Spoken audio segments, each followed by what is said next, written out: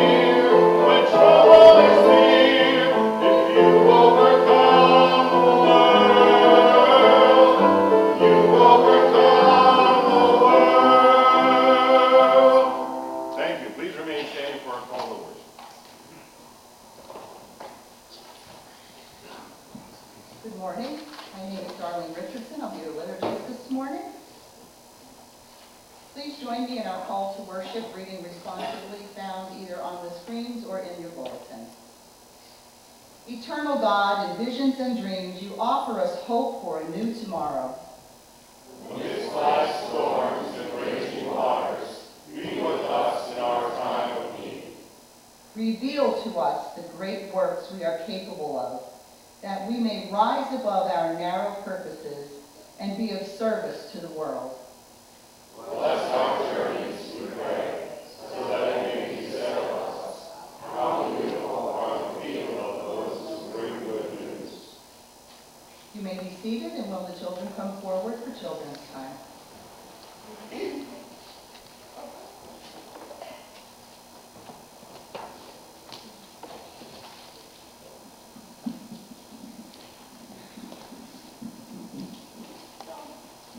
Good morning. How are you? Good morning, sweetie.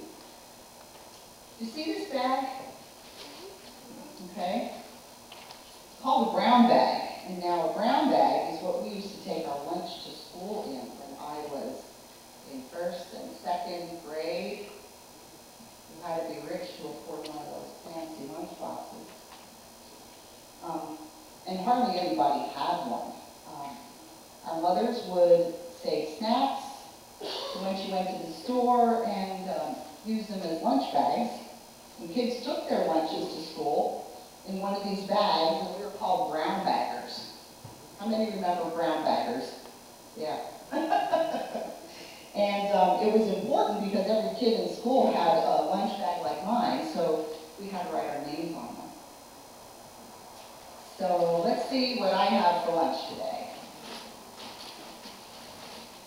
Cookies, candy bar, crackers, another candy bar. I don't know. Do you think I packed a healthy lunch for myself today? No? Why not? Chocolate, sugar, and carbs. Chocolate, sugar, and carbs. How old are you? I didn't know the word carbs till I went to school. So this is all junk food, right? Do you know what would happen to me if I ate a steady diet of junk food like this? What would happen? Thank you. Yes. Chase said I'd be fat.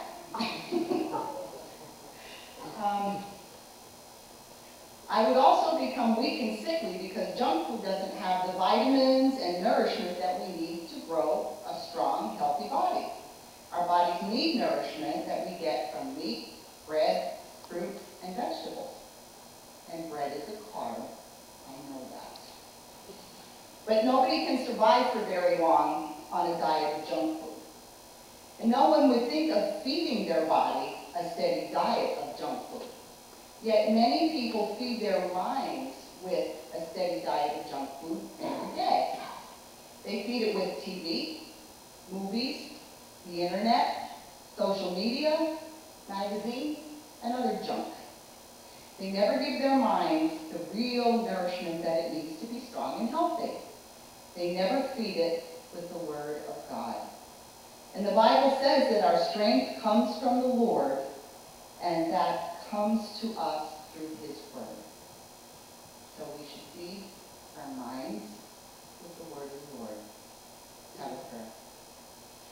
Lord, help us to remember that just as our bodies can't survive on junk food, neither can our minds. Help us to remember that our strength comes from you, and that to learn about you, we need to feed on your word. Amen.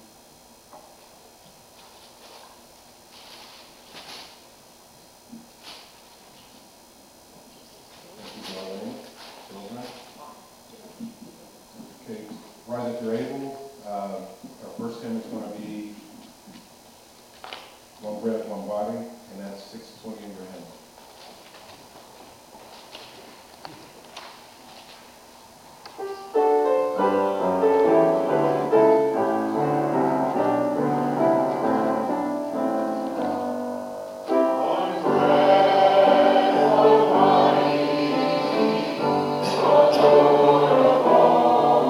One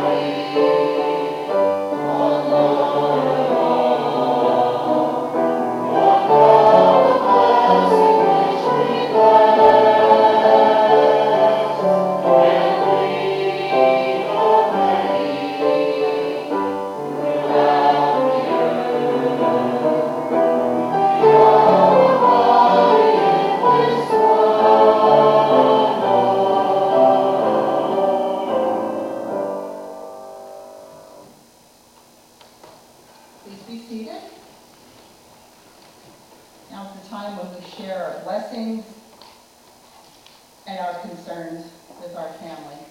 Any prayer cards out there? Can you grab those, please? Patty's behind you. Anyone else?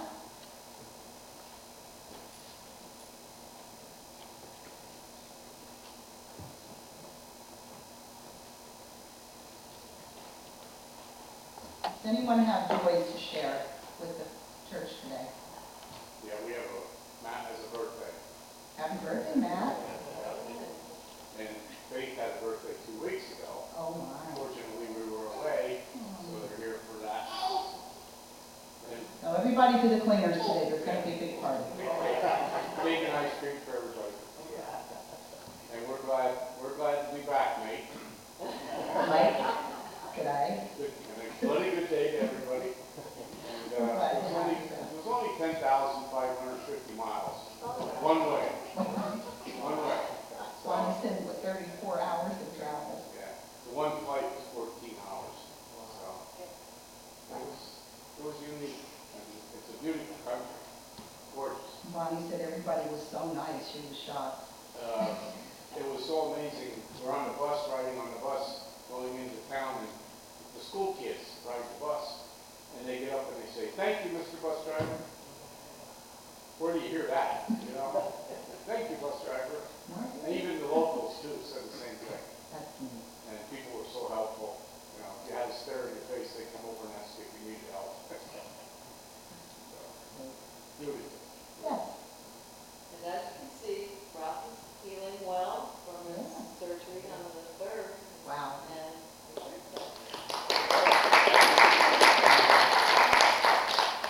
many more joint replacements are going to be bionic, Ralph. Only because of my excellent care. He wants lunch when he gets back.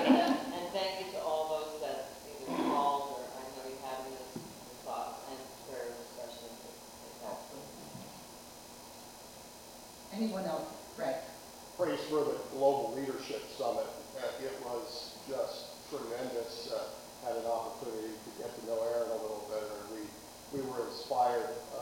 Some amazing examples of people making a difference around the world. We talked about making a difference. These people went by faith and overcame fear and are doing some tremendous things around the small globe that we now live on. Small globe, yes, getting smaller every day. Thank you, Ray. Well, I have a blessing. I have twins that are going to celebrate a birthday on Wednesday. Going to be 22. And prayer concern, we're traveling down to Maryland this afternoon to spend a week with Leah. So I'm happy about that. We didn't get to spend 21 together, but we will 22. Anyone have any other blessings? I have a house full of kids for a couple of days. I have All your kids home? all my kids at home. We're all in the same state, same country, so we're doing a little while. I feel your pain. It's nice to have a quartet with us. Yes, it's nice to have a quartet. Welcome, ladies. I We're can't anxious to wait. hear them. Yes, I can't wait. So I'll read our concerns. We have Michelle and Mark Cortland. Mark, recent open heart surgery and in need of a kidney transplant. Laura, fighting cancer. From the earlier service, we have Cindy. Cindy Yeager. Is this your writing, Ray? Okay, is that a concern? Yeah, that's a concern. This is a friend, long-term friend. I can't believe it was a friend for 50 years. I didn't think you were that old. Not too young, I mean, it's 50 years. But, she's gonna have a radical migration. Take her look into it, But first suggest, first prayers. absolutely. We have Bill, we have Cindy, we have Dick Bland, the loss of life in Virginia, in Charlotte. Bill and Amy Berkheimer suffering with colds that just won't go away. We have Phyllis with health concerns, Tommy, Leah, Sandy for traveling mercies, The Krasinski family, my coworker Susie, her father passed away last Sunday. So prayers for her family, and we have Candy. Are there any other concerns? Are there any unspoken needs this morning?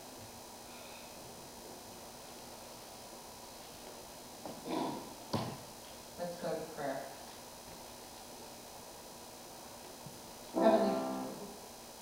Heavenly Father, we come to you with so many blessings, dear Lord.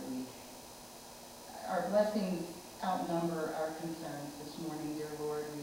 We thank you for families. We thank you for disciples around the world making a difference. We thank you for birthdays. We thank you for safe travels, and we thank you for friends returning to the church. We thank you for the very life that we have. We thank you for the sunshine this morning and the birds, and just to be here, dear Lord, and just to be able to worship as we want, and just to know that we are not in fear of political or military retaliation, because we live in America, which is truly the land of the free. Dear Lord, be with our leaders, our president, and other world leaders, and please send your Holy Spirit into their hearts, dear Lord, that they may look to you for guidance and not inwardly at their own prejudice and cowardliness, dear Lord. We come to you with concerns for health, for Cindy, for Bill, for Laura, for Michelle and Mark, for Dick, for Bill and Amy, for Phyllis, for Leah, for Tommy, for Sandy, the Krasinski family, and Candy. Dear Lord, you know their needs. You know when they call on you. We know that you will lift them up. We know you are with all of us as we face our trials day to day, and we know that you know what we need. Dear Lord, we put all of our concerns, our blessings, and our prayers in your precious hand. Now let us pray the prayer that Jesus taught us to pray when he told his disciples to pray like this. Our Father, who art in heaven, hallowed be thy name. Thy kingdom come, thy will be done, on earth as it is in heaven. Give us this day our daily bread, and forgive us our trespasses, as we forgive those who trespass against us. And lead us not into temptation, but deliver us from evil. For thine is the kingdom, the power, and the glory forever. At this time, we're in for a special treat. We have special music.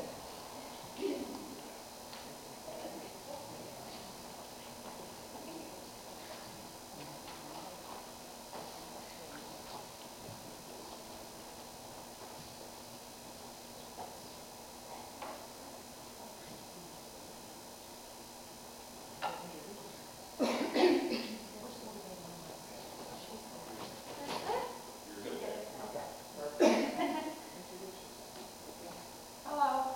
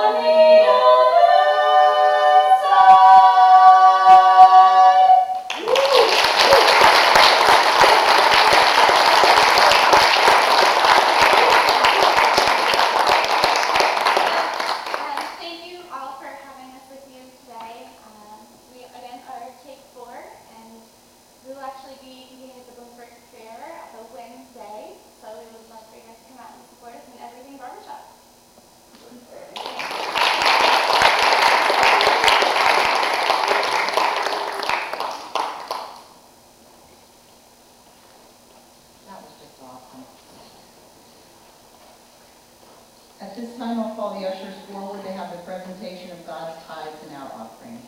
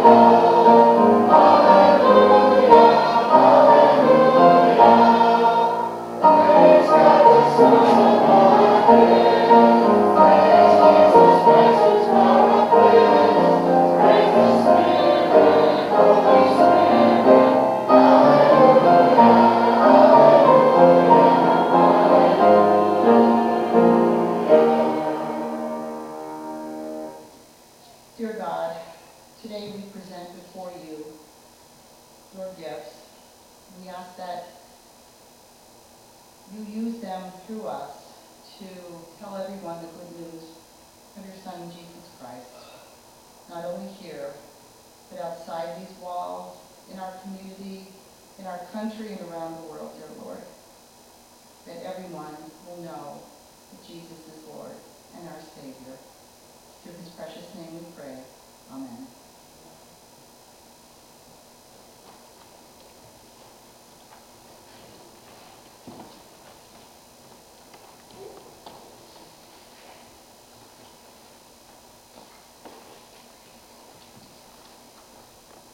Our scripture lesson comes from the New Testament, 1 Corinthians chapter 12, verses 12 through 27. For just as the body is one and has many members, and all the members of the body, though many, are one body, so it is with Christ. For by one Spirit we were all baptized into one body, Jews or Greeks, slaves or free, and all were made to drink of one Spirit. For the body does not consist of one member, but of many. If the foot should say, because I am not a hand, I do not belong to the body, that would not make it any less a part of the body. And if the ear should say, because I am not an eye, I do not belong to the body, that would not make it any less a part of the body. If the whole body were an eye, where would be the hearing? If the whole body were an ear, where would be the sense of smell? But as it is, God arranged the organs in the body, each one of them as he chose. If all were a single organ, where would the body be? As it is, there are many parts, yet one body. The eye cannot say to the hand, I have no need of you, nor again the head to the feet, I have no need of you. On the contrary, the parts of the body which seem to be weaker are indispensable, and those parts of the body which we think less honorable, we invest with greater honor, and our unpresentable parts are treated with greater modesty, which our more presentable parts do not require. But God has so adjusted the body, giving the greater honor to the inferior part, that there may be no discord in the body, but that the members may have the same care for one another. If one member suffers, all suffer together. If one member is honored, all rejoice together. Now, you are the body of Christ and individually members of it. May God add his blessing to the reading and hearing of his holy word. Now, Aaron will give us the message, and Becky.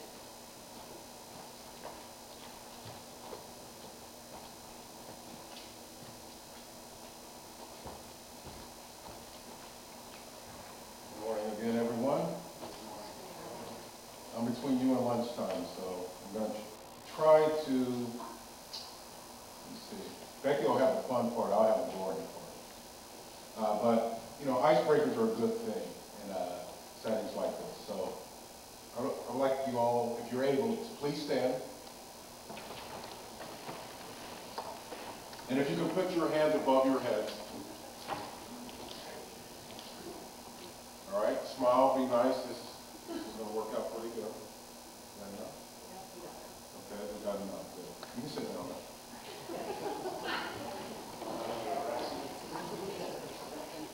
The reason I had you do that is because, you know, like I said, Becky has the fun part, and I have the harder part, but at least we got the standing ovation before we start. So, essentially what we're going to do today is we're going to talk about our trip to Haiti. We went in early July, and Becky's going to share some of stories from that, and then I'm going to finish up with a message on missions today. So Becky, if you would. As you can see, we represented the Big Ten. We had Michigan, Michigan State, Notre Dame, and Penn State. That was pretty awesome. That was what we did one morning, we represented the Big Ten. But anyway, bonjour, good morning in Creole. We had a great week. We arrived safely. It was neat flying over Haiti because all the mountains were green, and there seemed to be more trees this year than last year, so that was really exciting to see. We arrived, it was hot. We met Dave and Jackie at the airport. Dave is like the head honcho, the head guy of Experience Mission in Haiti. And Jackie is the one who leads Kids Club, which we had every afternoon during the week. And they took us to a cafe where we met a team from Michigan. Their church was the Watermark Church, I forget which side, east or west Michigan. They're right on the lake. Great group of people.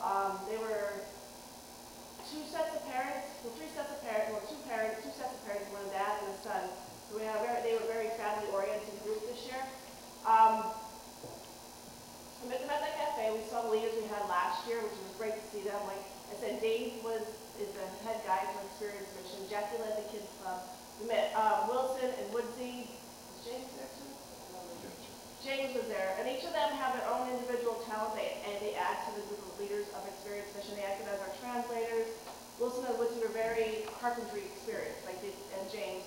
They leveled the cement, they used the hammers and nails, the saws, like to teach us the carpentry aspect. They were very good at that. They were also acted as our translators during the week if we needed them. As we arrived, we got back to, we had like a 2-hour ride from Port-au-Prince to get to Pettawatt, where we stayed for the week. Along the way, it was great because all the familiar smells and sounds and the sights you saw, so it was great to kind of leave back home. The one sidewalk we rode through, you could smell the fish market. I knew we were in Clark food because you could look out on the sidewalks on the side of the road there, and you could see them selling the fish along the side. So it was neat to kind of recognize all the smells that we're used to being there. We got together the first night. Each night we had devotion. So our first night there, we had like orientation of what your week's going to be like, what we're going to be doing. We had devotions. We had like the highlight of our day was just arriving in Haiti, and just to kind of meet everybody, talk with each other. James, one of the leaders, he also played his guitar for us at nighttime during devotion, so he played contemporary Christian songs, so we also sang along. It was very nice and relaxing. Our first Sunday there, the Sunday we were there, we got up and heard the gong, so we knew it was time for breakfast. After breakfast, we walked to church. We had to walk about a half mile to get to church. At church, we had to, this is a church where we were working last year. We built the trusses last year for our church. We were there that morning for church. And we had to introduce ourselves. So we introduced ourselves, and it was neat because we could tell, Aaron and I could tell that we were there last year because our names were on the trusses. We autographed the trusses from last year. We could say there we were right there. So that was pretty neat.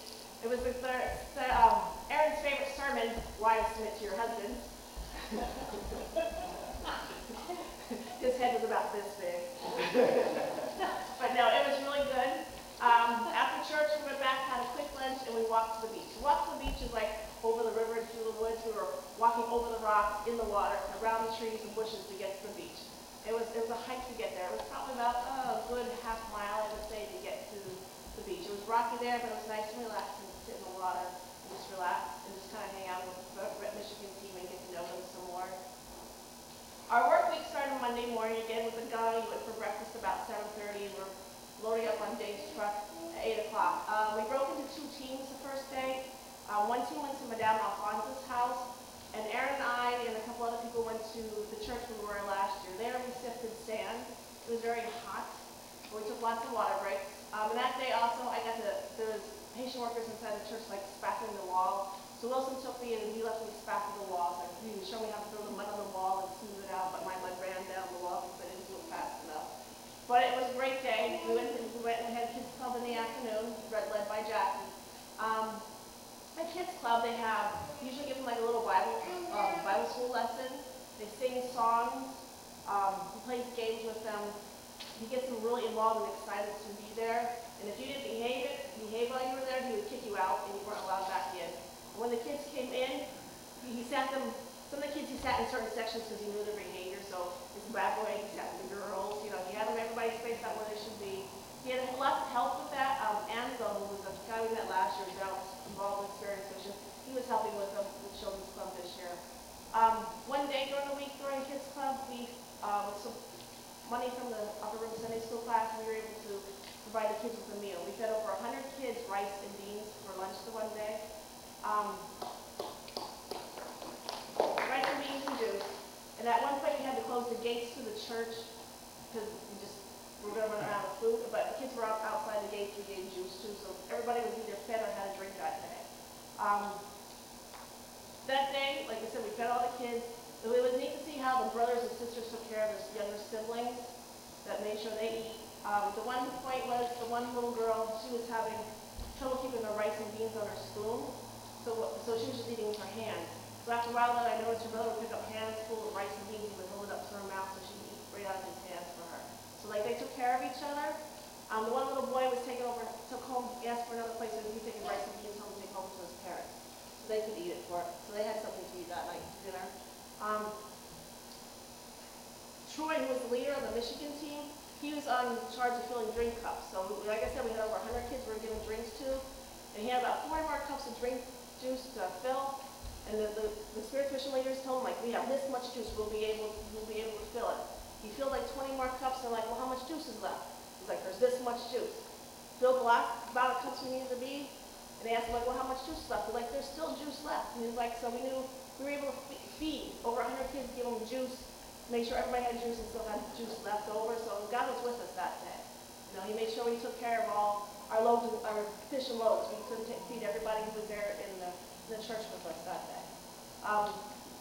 And we divided it when we divided the teams, we ended up, that was Monday. Well, Monday we were at the church. Tuesday through Thursday we were at Madame Alphonse's house. Her house was probably as big as the stage. At that point there was 12 people living there. So we had to carry sand to her house, because behind her house she had rooms where she needed cement floors put in. So we leveled off the floors and carried all the rocks out of there. So we dumped them out in the courtyard that was out here. But our truckload of sand was like in the back of the church that we had to carry over to her courtyard to mix out the cement to put floors in. And our walkway to get to her house was not even this big. So we had to carry buckets of sand, so 2 buckets of sand in each hand. But along the way, though, there was people also using that as a walkway because there was market where that pile of sand was. So they're using it as a walkway. So we're dealing with people walking, the goats that were there, and people opening their doors, trying to leave their homes. So we had a little bit of an obstacle for us to get through. But we mixed the cement. We had bucket brigades to carry the cement from this courtyard way over here into our house that had rooms that went back there. So we had a lot of bucket brigades. Madame Alphonse, she carried water for the Haitian workers, for us to mix the cement. Her children also helped in the bucket brigades, and they're normal teenagers like here. One of her daughters was having a temperamental fit one day. She's having a fit, but she helped out then. It was just kind of funny. It was a lot of hard work. The one day we were there, we took lots of water breaks, because one day the heat index was 110 while we were there, so there were lots of water breaks. And the nice part is we had ice water. That was really, really nice to have made sure each of us drank a lot. We gave each other breaks a lot. We played with the kids. There's always lots of kids to play with. And that, we had good lunches. The Cooks for Experience Mission, we always had great lunches, hot lunches too. We were at Madame Alphonse's house. We ate next door to Jackie's aunt's house. In her house, we ate like in their back porch, like on their deck. We ate out there. We just kind of hung out for like a half hour, 45 minutes, just sitting out there eating and talking. If you wanted seconds, you had to go back fast because the leaders that were with us, they ate a lot. And the food was always really good. So the one day I went back, we had this rice with spinach and pork. It was really, really good. I went back, and all that was left was a couple kernels of rice kernels left. I was scraping the bowl so I could get something more to eat. Under the kids club, we had also I did tell you about that. They had coloring pages. The Michigan team brought coloring pages, crafts to do with them. We sang songs with them. We played games. One day, also one afternoon, Aaron and I went to see Sabrina, the little girl that Upper River Sunday School sponsors. We got to ride motorcycles to get there. Wilson went along with us too because he was our translator. But her house, we went to her house. Also, her house was only as big as the stage up there. She lived there with her mom and her little brother. Sabrina is right now 13 years old. She's in 8th grade, going into 8th grade. And one day she wants to be a nurse. So Aaron and I encouraged her to be a nurse. Like stay in school, you can be a nurse. The important part is to stay in school. Her mom was with us too, and the exciting part was God was with us again, because she was wearing a Miami Hurricanes baseball cap, Aaron's favorite college football team. So I know God was with us that way. The best part was though, like we rode these motorcycles, so the motorcycle was waiting for us when we were done visiting with Sabrina and taking pictures, and they took us back to like this transfer station. Wilson, our translator, he's like, "You want to ride the bus back this time? Go back to Petawawa?" We looked up the bus. It was a school bus. It was full of people, and at the top of it was full. We're like, "No, Wilson, we're taking the motorcycles back." We rode the motorcycles back to Petawawa. The kids like to wrestle with Aaron. The one day before a kids club, they're out playing. They played this game called Kill the Kid. That's the best way to explain it. And the one day they killed Aaron. A couple of them just tackled Aaron and had him knocked down on the ground, which was pretty funny. And that's one of the only second time I've seen Aaron lose at arm wrestling was in Haiti. He lost another time when we were in Maho. He lost arm wrestling that week too. We visited Sabrina. Like I said, every night we had devotions. James would play his guitar, and we had devotions. The last night for devotions, Troy, the leader of the Michigan group, my scripture please, Eric, he had the scripture for us. When he had washed their feet and taken his garments and resumed his place, he said to them, do you know what I have done to you? You call me teacher and Lord, and you are right, for so I am. If then, your Lord and teacher, I have washed your feet, you also ought to wash one another's feet. For I have given you an example that you also should do as I have done for you. That is why Aaron and I continually going back to Haiti, and we'll be going back next year.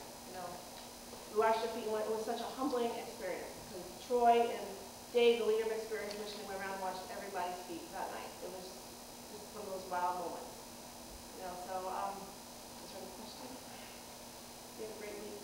Kids were great. It was hot. Thanks, Becky.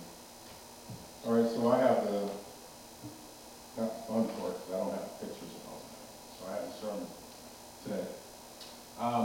The actor, producer, and playwright, Woody Allen, coined a phrase. He said, 90% of life is just showing up. 90% of life is just showing up. Who believes that's true? It depends. A little bit of it kind of makes sense, right? You come to church every Sunday to come together as a community. So showing up is also important. But we also have to do works. Right? Make ourselves vulnerable. In the Sunday school last week, Rob had mentioned something. He said we need to work from being spectators to becoming participants. It's easy to sit back and watch everything go on, but to actually be involved is another thing. Certain aspects of my message today, some of you may not like. And unfortunately, I'm sorry, but I'm going to say it anyway. I say I'm out of love, And there are challenges too, not just to yourselves, but challenges to me as well. Yeah, I know it looks like I'm a great guy for going to Haiti and all that. It's not about that. There's additional things that I can do as well. So, the last time I stood in this pulpit was probably 6 or 7 years ago, when Pastor Susan was here and delivered the message and talked a little bit about myself. So I'll bring some of you back up to speed to some of my likes, what I like. Obviously, everyone says they love their family and like their family. I guess you have to. I love music. Most people know me, know I really love music. My kids don't like the fact that I love music. I play it all the time at home. Friends, obviously. I still play basketball competitively. My knees tell me not to, but I do anyway. I love the Denver Broncos. I like Miami Hurricanes, as Becky had mentioned. I like Michigan State Spartans.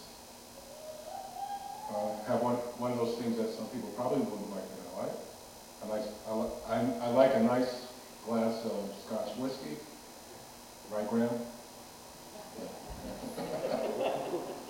But again, those are my likes. And we all have different likes, right?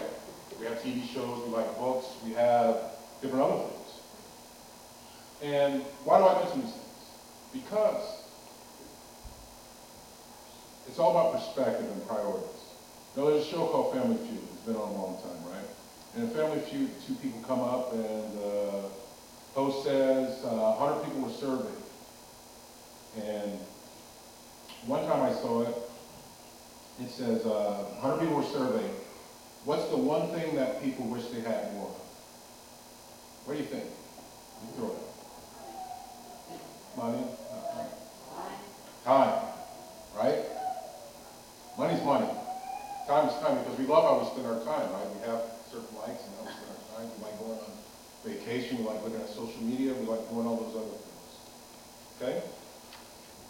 And those things, again, they're not bad. But we always justify that we're too busy. We don't have enough time to do this. We don't have enough time to do that. But really, isn't it more of what's a priority? Because I know that people say time is short. I think time is long. And I think we have a lot of it, depending on how we use it. Okay? Now back to music, which is my favorite. Rolling Stones had a song, "Can't Always Get What You Want." And the title of my message kind of is the reverse of that. Because I think you can always get what you need if you follow and listen to what the Lord guides us to do.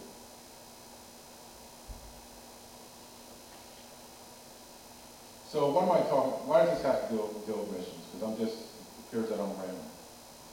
Well, I am rambling, but it does tie into missions, because it's all simply about getting out of our boat, or if you look at this road out here, going through that tunnel.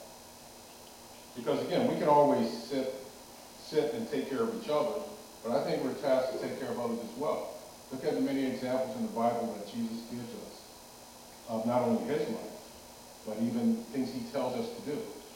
Like, we're charged to go out and make disciples. We can't just make disciples here, because hopefully we're already disciples here. There's other people that need to be reached and touched. You know, I think one of the reasons that missions is tough as well is because you got to get outside of your comfort zone, right? We know what we're comfortable with. We know the people here. It's easy to come here and sit down and every Sunday and, you know, talk and share joys of life. But I suggest you get beyond your fears and do more. And especially as Christians. Now, fear. I think to like a child. We have a baby. Look at a baby back. We have a baby back. Children have fears, right? When they try to learn to walk for the first time, what do? They crawl around, and eventually, over time, with enough trying and exercise, eventually they learn how to walk. They learn how to talk, right? They learn how to, the 3 R's, right? They learn these other things. They learn how to ride a bike. And it's because they overcome that fear by just getting out there and doing something. And I encourage all of us to try to overcome that fear. And it's not easy, because we all have our internal things that kind of like hold us back sometimes. You know, Ray mentioned we went to a leadership conference this week over in Bloomsburg, which is excellent. I recommend next year that if some of you are able to go to it, please go to it. But we had a speaker, some of you may have know him, Andy Stanley. He said that we need to stop focusing on the hows and focus on the whys. So everybody just say wow. Wow. Now say it slow. Wow.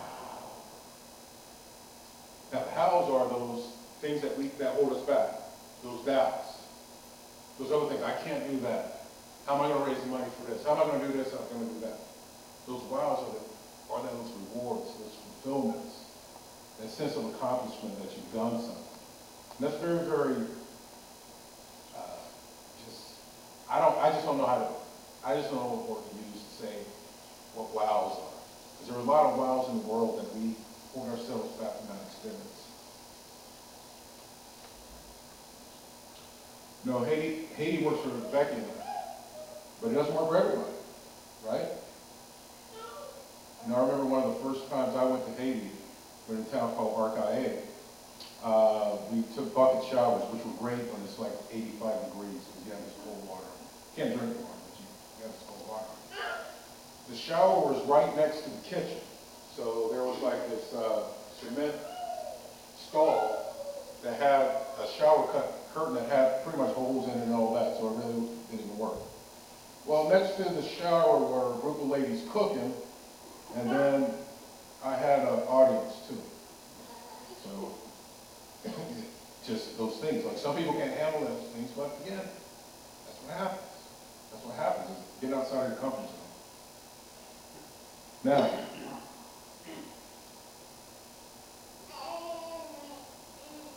yes. Like I said, Haiti doesn't work for everybody, right? But there are missions all over the place. There's a lot of missions here. There's things, we have pregnancy care center. We have missions that we support here financially. But it's just about getting out of the boat and getting involved with it. And we have people in our church like Ted, some other folks, some of you out here that do other things, right? We have Pocono Plateau, which I think is a fabulous mission. Now, here's a hard question. Is prayer and providing finances good enough for missions? Who thinks it is? Who thinks both are important? They both are important.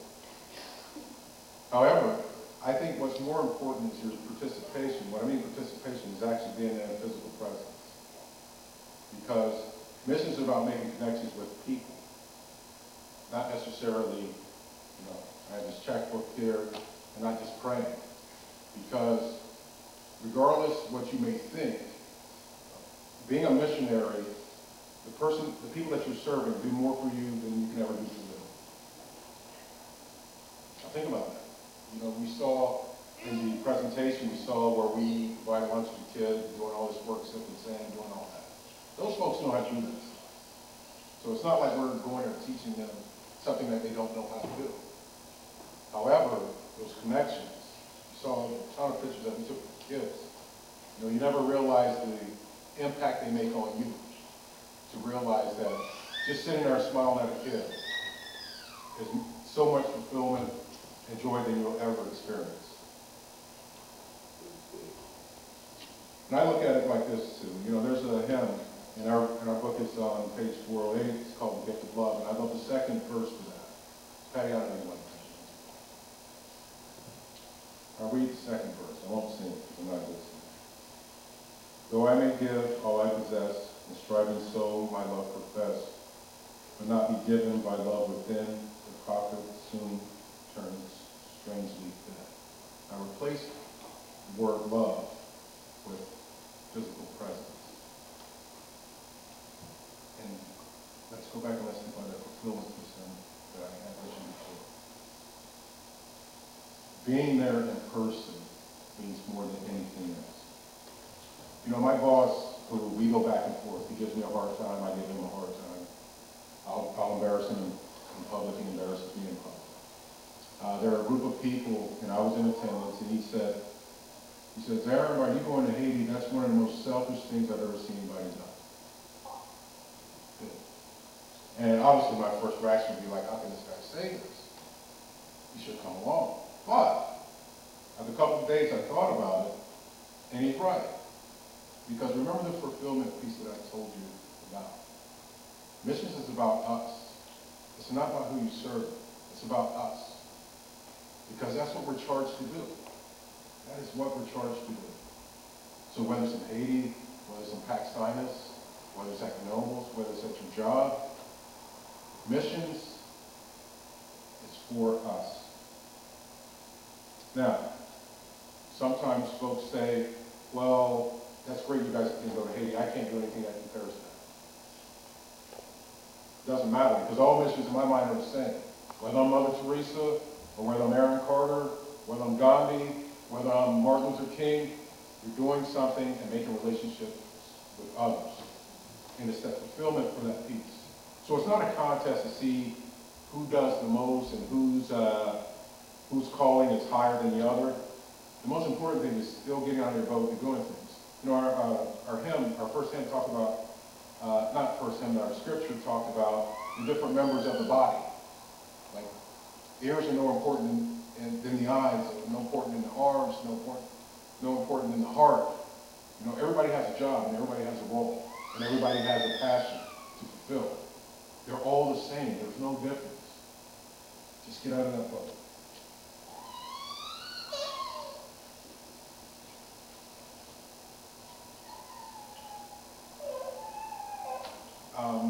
In 2018, as Becky may or may not mention, we were going back to Haiti. We're going to a town called Marches. Haiti is near the border with the Dominican Republic. There's no running water or electricity. Probably no toilet paper. Different things like that. You know, if you're interested in going, just let us know. But again, don't feel compelled or guilty into going. Because you have to do what's right for you. Do what's right for you. If what's right for you is something here, that's great. If something somewhere else, that's great as well. But you have to do what's right for you. You know, the Chambers Brothers did a song in the 1960s called Time. And it's a very popular song, used in a lot of commercials and things of that nature. And I'll go back to what I mentioned at first. We have all the time in the world. It's just how do we utilize it?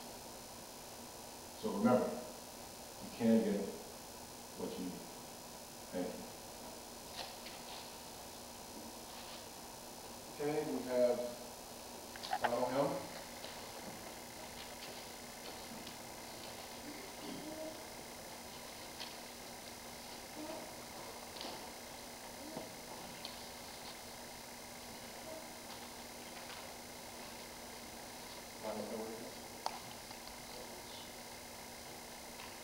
Keep touching. Sorry. Please stand if you're able.